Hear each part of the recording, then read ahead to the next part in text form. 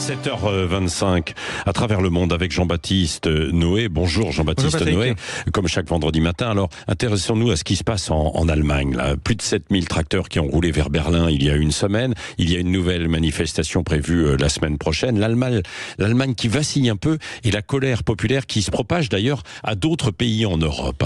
Oui, ce qui se passe en Allemagne, c'est du jamais vu. On a une grave crise chez les agriculteurs qui est due à deux choses. D'abord, c'est l'augmentation des prix de l'énergie à cause de l'augmentation du prix du pétrole et du gaz, et puis la fin annoncée par Scholz des subventions aux hydrocarbures, aux carburants des paysans, ce qui fait que ça a pris la paysannerie en ciseaux.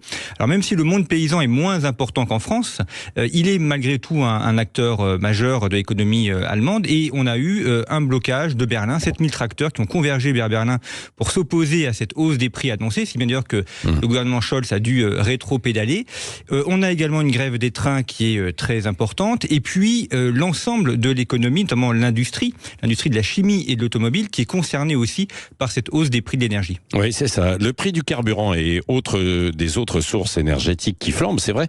Quelles sont les raisons de cette inflation ? Alors, il y a des raisons anciennes et des raisons récentes qui sont plus actuelles. Mais la raison fondamentale, ce sont les choix politiques qui ont été pris par les Allemands depuis une vingtaine d'années, qui étaient de dire qu'ils refusaient le nucléaire. Donc, prenant le parti de refuser le nucléaire, ils ont pris leur énergie du charbon. L'Allemagne est le 7e producteur mondial de charbon, notamment grâce au lignite.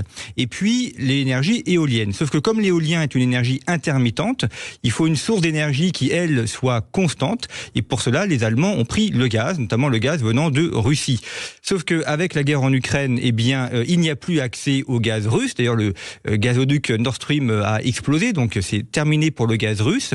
Et cela a provoqué une très forte hausse des prix de l'énergie, ce qui a deux conséquences. D'abord, l'énergie qu'on met dans le tracteur ou dans la voiture, mais il y a également tous les dérivés de l'énergie, puisque à partir du gaz, on fait des engrais, donc ça veut dire également hausse des prix des engrais, donc là aussi c'est très mauvais pour l'agriculture.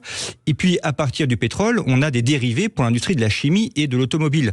Donc cette crise ne concerne pas que le monde agricole, mais aussi les deux piliers de l'industrie allemande, que sont l'industrie de la chimie et l'industrie automobile. Oui, c'est ça. Et une crise qui ne concerne pas que l'Allemagne, d'ailleurs. Ça s'est propagé, ce qu'on disait aussi, à toute l'Europe. Exactement, c'est vraiment un phénomène européen. Ça avait commencé en Hollande en 2022, avec là aussi de très violentes manifestations de la part des paysans hollandais. Ouais. Et on a également des manifestations en Pologne. On en a eu mercredi en Roumanie, où Bucarest, la capitale, a été bloquée par les manifestants.